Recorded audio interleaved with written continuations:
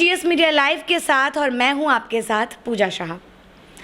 Corona के बढ़ते हुए ग्राफ के बीच में एक खुशखबरी आई है बिहार वासियों के लिए, और वो ये कि जैसा कि मैंने आपको अपने पहले रिपोर्ट में बताया था कि अब बिहार में रैपिड एंटीजन किट द्वारा होगी कोरोना की टेस्टिंग। जी हाँ, रैपिड एंटीजन किट क्या है वो पहले आपको मैं समझा दूं।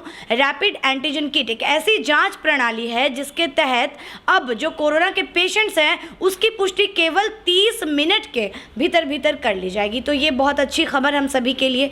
मगर आपको ये भी बता दूं कि ये जो रैपिड एंटीजन किट है इसका इस्तेमाल पहले ही कई सारे शहरों में, महानगरों में करना शुरू कर दिया गया था। यानी कि दिल्ली जैसे और मुंबई जैसे शहरों में पहले से ही रैपिड एंटीजन किट का प्रयोग किया जा रहा था।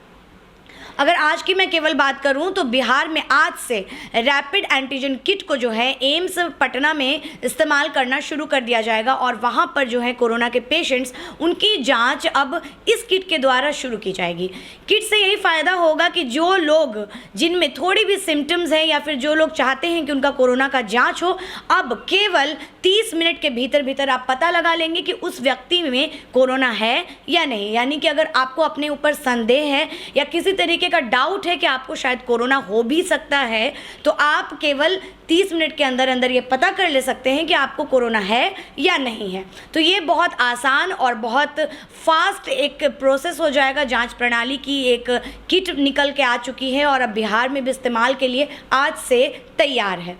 जी हाँ, ये तो हो गई बिहार वासियों के लिए खुशखबरी, लेकिन इसी के साथ साथ एक डराने वाली बात ये भी हुई है कि कल हेल्थ डिपार्टमेंट की तरफ से ट्वीट करके ये जानकारी दी गई कि केवल कल ही 1266 लोगों में जो है वो कोरोना पाया गया। आप समझ सकते हैं और अनुमान भी लगा सकते हैं कि कितना बड़ा आंकड़ा है कि केवल बिहार में ही कल एक दिन के भीतर 1266 केसेस आए हैं कोरोना के।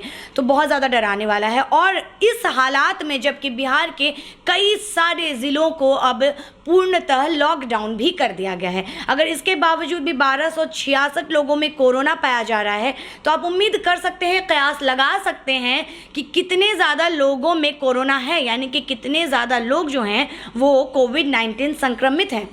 इसी के साथ ये भी मैं बता दूं कि जैसा कि आप समझ रहे हैं इस किट के बारे में, तो इसके पीछे की क्रोनोलॉजी भी समझ लीजिए।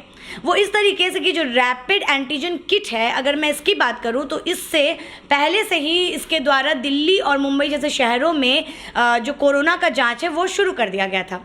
और आप तो देख ही पा रहे हैं कि किस तरीके से वहाँ जो कोरोना का ग्राफ है वो कितनी ऊंचाई पर पहुँच चुका है। और बिहार की भी बात करूँ तो इस किट के बगैर ही इतने ज़्यादा लोग कोरोना संक्रमित पाए जा रहे हैं। तो आप अनुमान लगा ही लीजिए कि जब इस किट का इस्तेमाल होगा और एक व्यक्ति में केवल आधे घंटे के भीतर इस किट से पता चल जाएगा कि उसमें कोरोना है कि नहीं, तो आंकड़े कितने ज़्यादा डराने वाले होंगे।